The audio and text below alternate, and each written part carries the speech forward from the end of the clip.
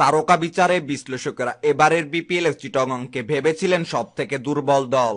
দেশি তারকাদের মধ্যে দলটিতে আছেন শুধুমাত্র মুশফিকুর রহিম।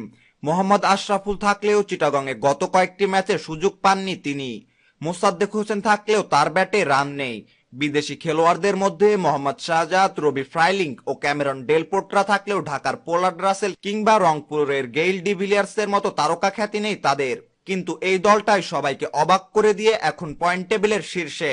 9 ম্যাচে 6 জয়, তাদের সংগ্রহ 12 পয়েন্ট। বিপিএল এর গ্রুপ পর্বে 12টি করে ম্যাচ খেলবে সবকটি দল।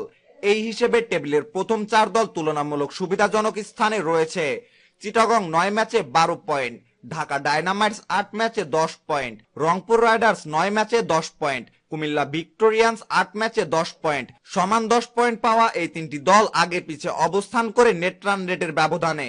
মজার ব্যাপার, 5-এ থাকা রাজশাহী কিংসের সংগ্রহ 10 পয়েন্ট, কিন্তু রাজশাহী 10 ম্যাচ খেলে ফেলায় তাদের উপর থাকা 4টি দলের চেয়ে অসুবিধাজনক স্থানে রয়েছে তারা। বাকি রইল সিলেট সিক্সার্স ও খুলনা টাইটান্স, টেবিলের 2 তলানির দল। 10 ম্যাচে 8 পয়েন্ট নিয়ে সিলেট 6-এ, তাদের সমান ম্যাচ খেলা খুলনার সংগ্রহ মোটে 4 পয়েন্ট। আসলে মূল লড়াইটাই টেবিলের শীর্ষ 5 দলের মধ্যে।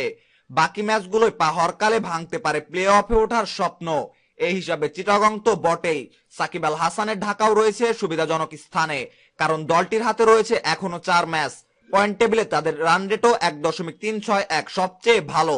চিটাগং এর রান রেট সে তুলনায় অতটা ভালো নয়, -0.173।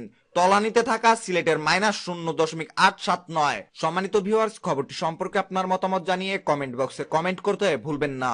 ক্রিকেটের নিত্য নতুন সকল সংবাদ সবার আগে পেতে চ্যানেলটি এখনই সাবস্ক্রাইব করুন। ধন্যবাদ।